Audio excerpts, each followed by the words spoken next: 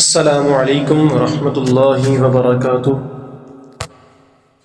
نحمده ونصلی علی رسولہ الکریم اما بعد عقیدہ نمبر 8 لا تبلغه الاوہام ولا تدرکه الافہام لا تبلغه الاوہام وہم اس کی حقیقت تک رسائی حاصل نہیں کر سکتے، ولا تدرکہ الافہام اور نہ ہی فہم اس کا احاطہ کر سکتے ہیں۔ وہم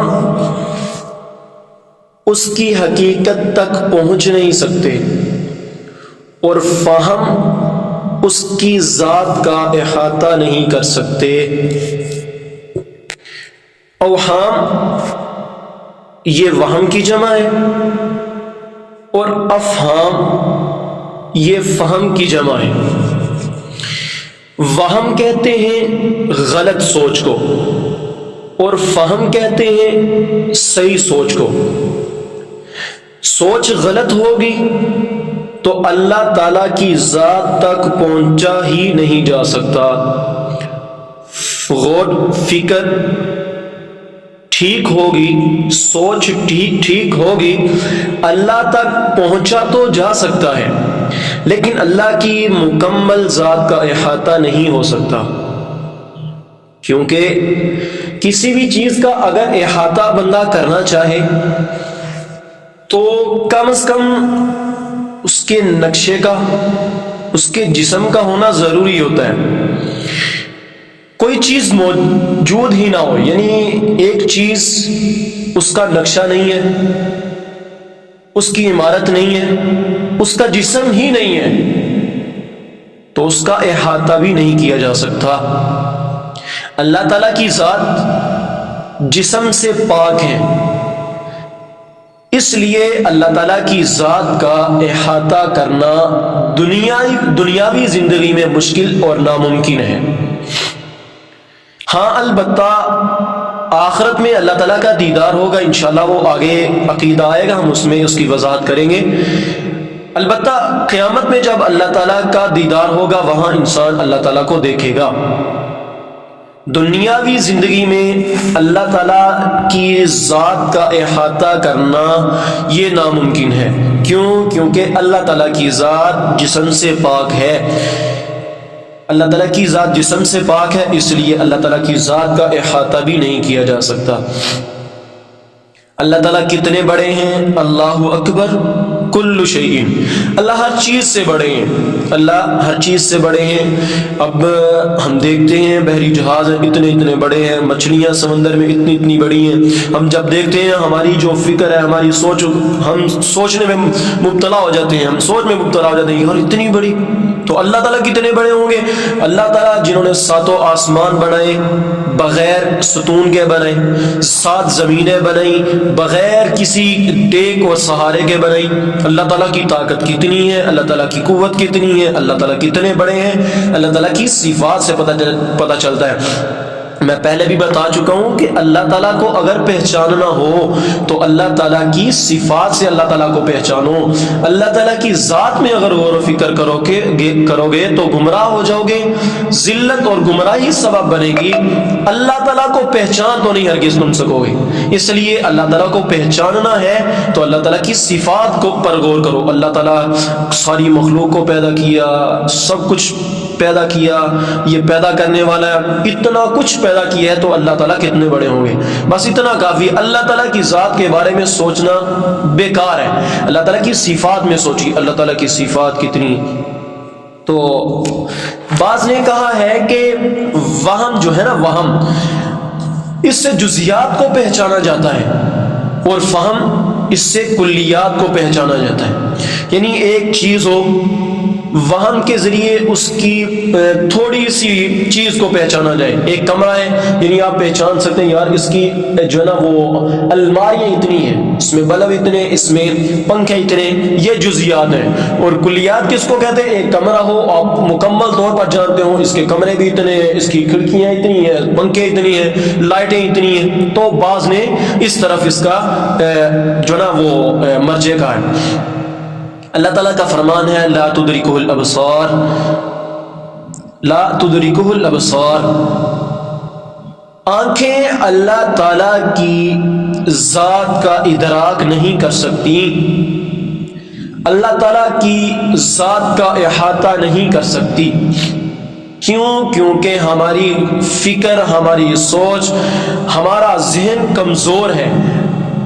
دنیاوی زندگی میں ہم اللہ تعالیٰ کو نہیں پہچان, یعنی اللہ تعالیٰ کی ذات کا ادراک نہیں کر سکتے. میں کہتا ہوں ہم میں سے کتنے لوگ اتنے ہیں, بلکہ کتنے نہیں, اکثر کو دیکھو, اکثر نے پورا پاکستان بھی نہیں دیکھا ہوگا, پورا پاکستان نہیں دیکھا.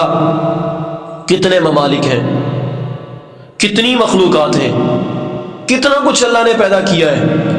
ہم نے تو وہ نہیں دیکھا, اللہ تعالیٰ کی ذات کا ہم جو نا ادراک کیسے کر سکتے ہیں؟ اللہ تعالیٰ کی ذات کو ہم بھی مکمل طور پر اللہ تعالیٰ کی ذات کو ہم جان لیں, دیکھ لیں, ایسا ممکن نہیں ہے.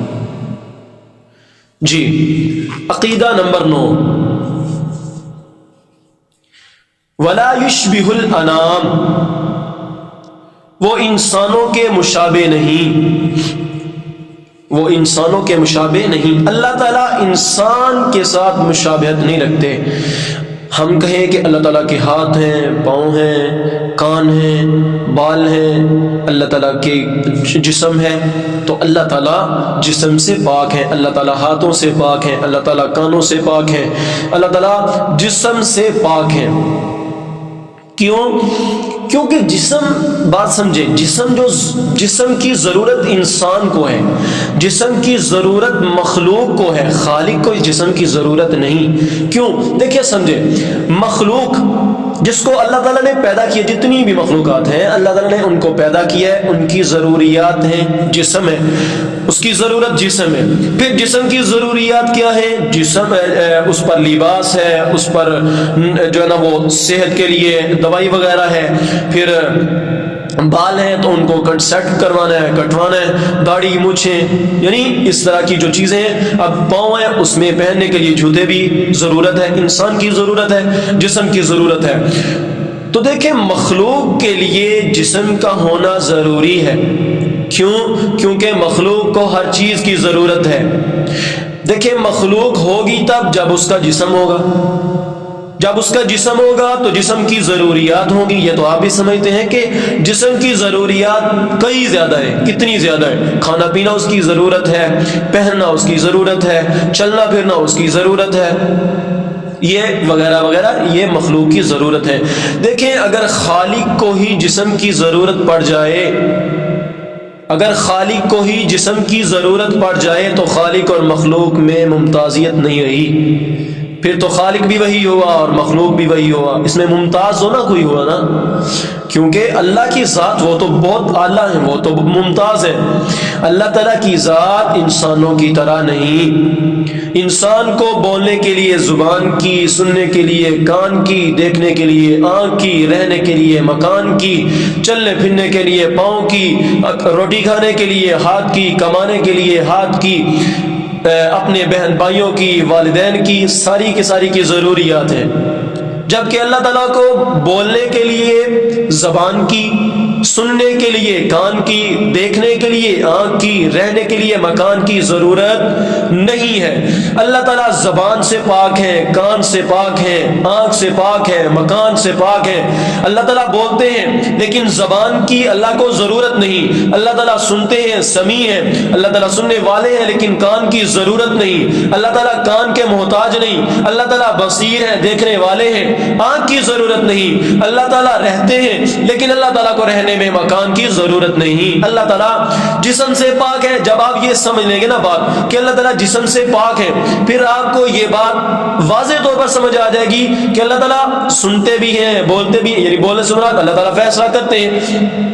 اللہ تعالیٰ دیکھتے ہیں، اللہ تعالیٰ رہتے ہیں، لیکن اللہ تعالیٰ ان ساری ضروریات سے پاک ہیں۔ میں پہلے بتا چکا ہوں کہ اگر اللہ تعالیٰ کو بھی ان کی ضرورت ہو تو پھر مخلوق اور خالق میں ممتازیت نہیں ہوگی۔ پھر چاہیے یہ بھی بات سمجھیں، اگر آپ یہ بات کہیں کہ اللہ تعالیٰ کو بھی زبان کی ضرورت ہے، کان کی ضرورت ہے، مکان کی ضرورت، رہنے کے لیے مکان کی ضرورت ہے، تو پھر مجھے یہ بتائیں، یہ بھی ماننا پڑے گا کہ اللہ تعالیٰ کو جسم کی بھی ضرورت ہے۔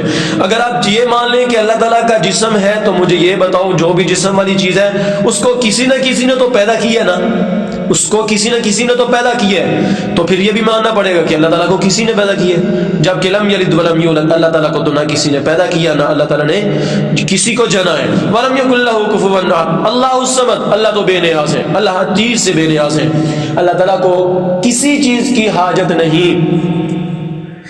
جی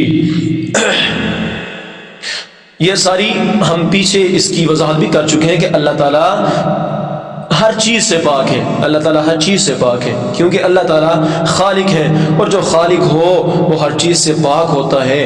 اگر خالق کو بھی انہی چیزوں کی ضرورت ہو تو پھر مخلوق اور خالق میں فرق نہیں ہو سکے گا۔ جی عقیدہ نمبر 10،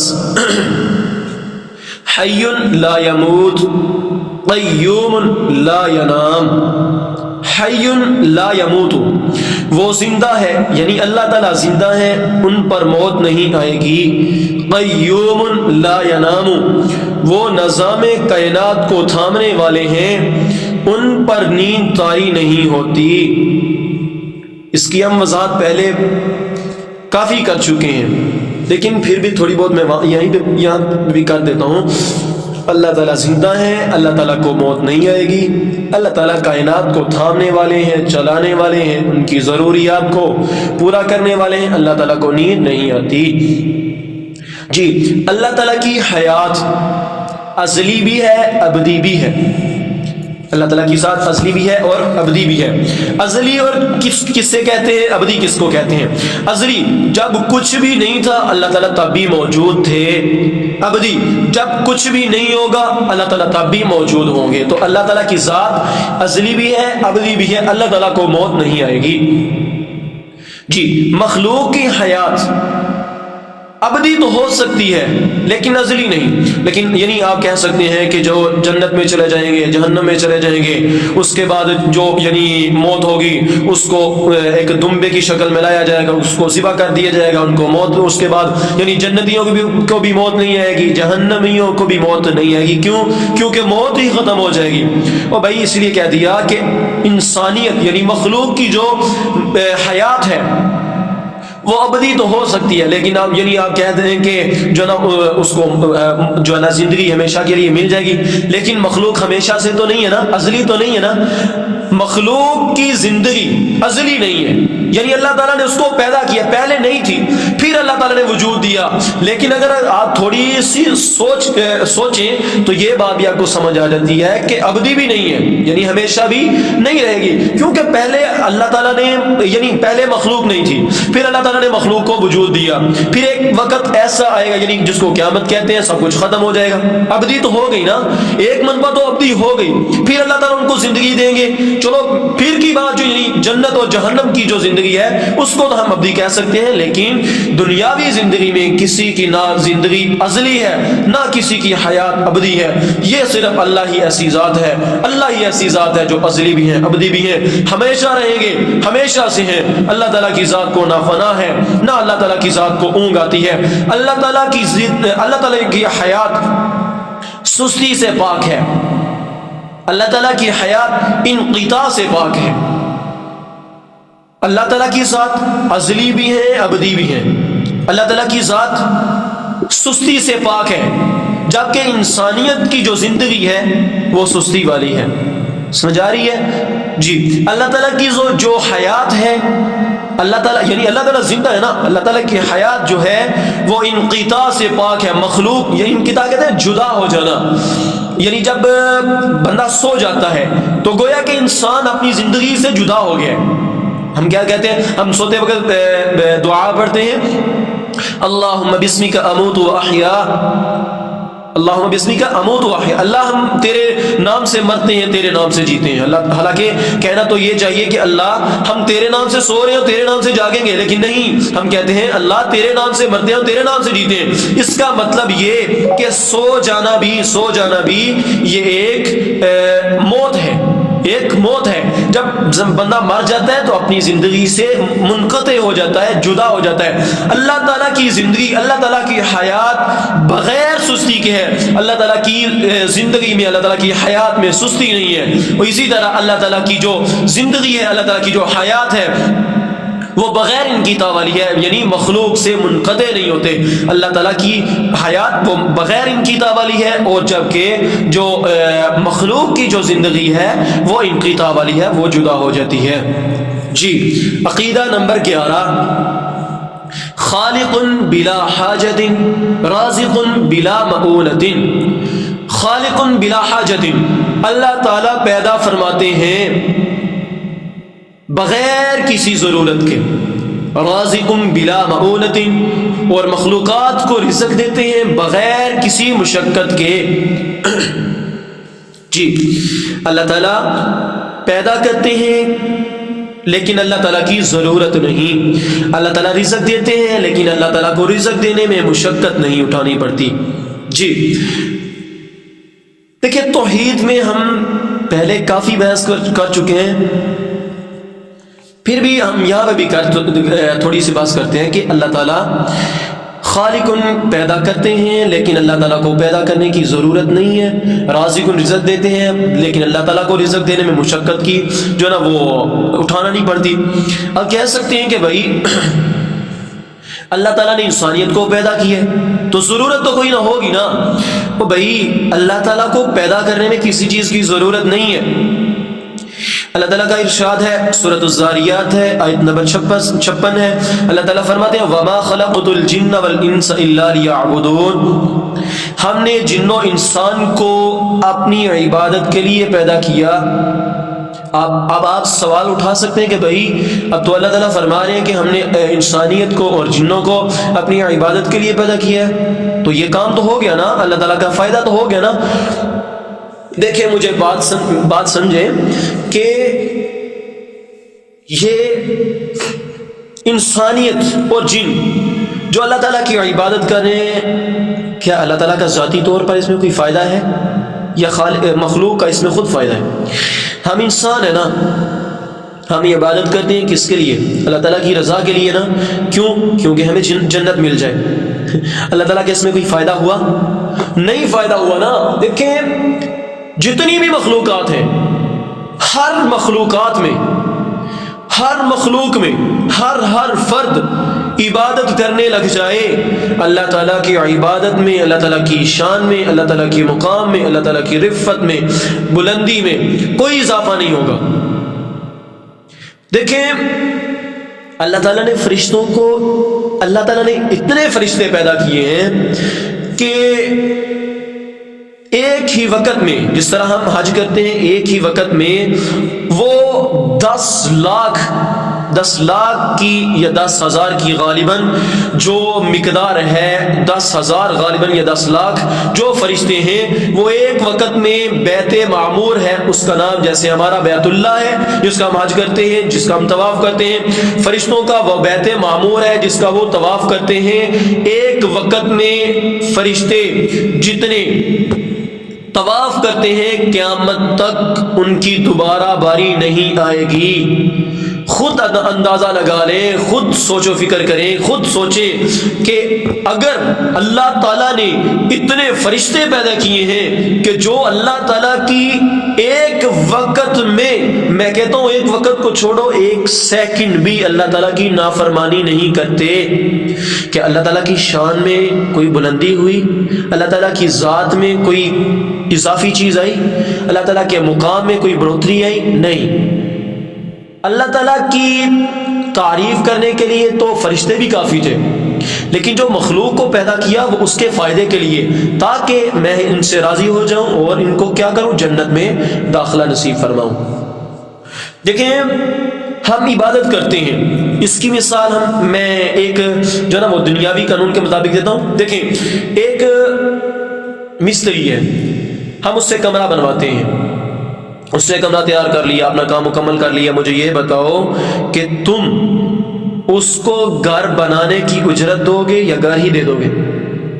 جو گھر دے گا آپ کیا کہو گے؟ یار یہ تو پاگل ہے یار، گھر بنوایا اپنی جگہ میں، چاہیے تو یہ تھا کہ اس کو بھائی اس کی اجرت دیتا، لیکن اس نے تو اس کو گالی دے دی ہے، یہ تو پاگل ہے یار، اس کو تو سمجھ ہی نہیں ہے۔ دیکھیں اللہ تعالیٰ نے ہمیں زندگی بھی دی ہے، اور اس سے تو سلامتی والی دی ہے یار، کتنی نعمتیں دی ہیں، کس کے لیے؟ ہمارے لیے۔ اللہ تعالیٰ کا اس میں بھی فائدہ ہے؟ نہیں ہے فائدہ۔ دیکھیں پھر ہم عبادت کرتے ہیں، ہم سوچتے ہیں کہ ہم اللہ تعالیٰ پر کیا کر رہے ہیں، کہ احسان کر رہے ہیں۔ مجھے یہ بتاؤ اللہ تعالیٰ پر تم احسان کر رہے ہو یا اپنی ذات پر احسان کر رہے ہو؟ ہم عبادت کر رہے ہیں نا، تو ہم اس کا فائدہ کس کو ہوگا؟ جنت کس کو ملے گی؟ اللہ تعالیٰ کو ملے گی، ہمیں ملے گی۔ اور بھائی ہم نے عمل کیے تھوڑے سے، 100 سال کی زندگی لگا لو، 2 سال کی زندگی لگا لو، یار 1000 سال کی زندگی لگا لو، 1000 سال کی زندگی ہم نے گزاری، ہوتی نہیں ہے اب۔ لیکن ایک نبی ایسے ہیں جنہوں نے 950 سال جو ہے نا وہ زندگی گزاری، ہم انہی کی طرف دیکھتے ہیں کہ 1000 سال بھی کسی نے اگر زندگی گزاری ہے، وہ تو نبی تھے، ان کی زندگی کتنی پاکیزہ تھی۔ ہم انہی کی طرف سے ایک بات کرتے ہیں کہ دیکھیں اگر کسی نے 1000 سال بھی زندگی گزاری ہے تو چاہیے تو یہ تھا کہ اللہ تعالیٰ ہمیں صرف اور صرف 1000 سال، 100 سال، 100 سال، 200 سال، جتنی ہم نے زندگی گزاری تھی، جتنے ہم نے اعمال کیے تھے، جتنے ہم نے اللہ تعالیٰ کی فرما برداری کی تھی، جس قدر ہم نے اللہ تعالیٰ کی شان میں تعریف کی تھی، اللہ تعالیٰ کی فرما برداری کی تھی، اللہ تعالیٰ کی بات مانی تھی، اللہ تعالیٰ اتنی دیر ہی ہمیں جنت میں ٹھہراتے، اس کے بعد ہمیں دوزخ میں ڈال دیتے۔ اللہ تعالیٰ کا اگر عدل دیکھتے تو یہ تھا، فائدہ تو یعنی اگر دیکھتے تو اجرت ہماری یہی بنتی تھی، لیکن اللہ تعالیٰ نے ہمیں دائمی جنت دی ہے۔ دیکھیں یار اللہ تعالیٰ نے ہمیں دائمی جنت دی ہے، تو یہ فائدہ کس کا ہوا؟ ہمارا ہوا یا اللہ تعالیٰ کا فائدہ ہوا؟ سمجھے بات کو؟ جی اللہ تعالیٰ کی ذات ایسی ہے کہ مثال کی ضرورت نہیں ہے، لیکن سمجھانے کے لیے مثال دے دی جاتی ہے، وگرنہ اللہ تعالیٰ کی ذات وہ مثالوں سے پاک ہے۔ جی سورۃ الذاریات ہے، آیت نمبر 57 ہے، اللہ تعالیٰ فرماتے ہیں ان اللہ هو الرزاق ذو القوۃ المتین۔ ہم نے کہا کہ اللہ تعالیٰ رزق دیتے ہیں بغیر کسی مشقت کے، یہاں تک اللہ تعالیٰ فرمانے ان اللہ، بے شک اللہ تعالیٰ هو الرزاق۔ رزاق یہ مبالغے کا صیغہ ہے، مبالغے کا صیغہ ہے، یعنی اللہ تعالیٰ اتنا رزق دینے والے ہیں، اتنا رزق دینے والے ہیں کہ ہماری سوچ، ہماری فکر، ہمارا ذہن ختم ہو جاتا ہے وہاں پر جہاں پر اللہ تعالیٰ کا یعنی اللہ تعالیٰ کی رزق جو ہے اس کی مقدار شروع ہوتی ہے۔ دیکھیں آپ نے حضرت سلیمان علیہ السلام کا واقعہ تو سنا ہوگا، یار سبق بہت لمبا ہو جاتا ہے لیکن معذرت بس سمجھانے کے لیے پھر تھوڑی سی وضاحت کرنی پڑتی ہے۔ دیکھیں حضرت سلیمان علیہ السلام کا آپ نے واقعہ تو سنا ہوگا، اللہ تعالیٰ سے فرمایا اللہ تعالیٰ میں آپ کی مخلوقات کی جو ہے نا وہ دعوت کرنا چاہتا ہوں۔ اللہ تعالیٰ نے فرمایا سلیمان میرے محبوب آپ میری مخلوقات کی دعوت نہیں کر سکتے، یہ آپ کے بس کی بات نہیں۔ فرمایا اللہ میرا دل چاہتا ہے کہ میں آپ کی مخلوق کی جو ہے نا وہ دعوت کروں، 1 سال دعوت کروں۔ یہ اللہ تعالیٰ نے فرمایا سلیمان آپ میں جو ہے نا وہ دعوت نہیں کر سکتے۔ اللہ تعالیٰ نے فرمایا میرے سلیمان آپ میری مخلوقات کی دعوت نہیں کر سکتے۔ میں جو نا واقعہ کو مختصر کرتا ہوں۔ بہرحال اللہ تعالیٰ سے تھوڑی ہم کلامی کی، اللہ تعالیٰ سے کہا اللہ تعالیٰ میرا دل چاہتا ہے، اللہ تعالیٰ نے کہا آپ سال نہیں کر سکتے، مہینہ نہیں کر سکتے، ہفتہ نہیں کر سکتے، یعنی یہ بحث ہوئی اللہ تعالیٰ کے، یعنی اللہ تعالیٰ سے کلام ہوتا رہا۔ اللہ تعالیٰ نے فرمایا نہیں آپ کر سکتے۔ پھر ایک وقت ایسا یعنی ایک بات میں ایسا اللہ تعالیٰ نے حضرت سلیمان علیہ السلام نے فرمایا اللہ ٹھیک ہے میں صرف ایک وقت میں آپ کی مخلوق کی دعوت کرنا چاہتا ہوں۔ اللہ تعالیٰ نے کہا آپ پوری مخلوق کی دعوت بھی نہیں کر سکتے، اللہ ایک وقت کا تو مجھے موقع دے دے۔ اللہ تعالیٰ نے فرمایا جی ٹھیک ہے آپ جو ہے نا وہ دعوت کر لیں۔ بہرحال 1 مہینے تک اللہ تعالیٰ نے جنوں کو اور ہوا جو تھی اس کو حکم دے دیا، چونکہ وہ حضرت سلیمان علیہ السلام کی کتابیں تھے، یہ اللہ تعالیٰ نے حضرت سلیمان علیہ السلام کو موجہ دیا تھا۔ جی حضرت سلیمان علیہ السلام کو ایک جو وقت تھا اس میں اللہ تعالیٰ نے اجازت دے دی ٹھیک ہے آپ مخلوقات کی دعوت کر لیں۔ حضرت سلیمان علیہ السلام نے 1 مہینے تک کھانا پکایا، جس کو پکانے والے جن تھے۔ دیکھیں 1 مہینے تک اگر انسان بھی پکائیں تو کیا کچھ پکا سکتے، دن رات پھر پکائیں۔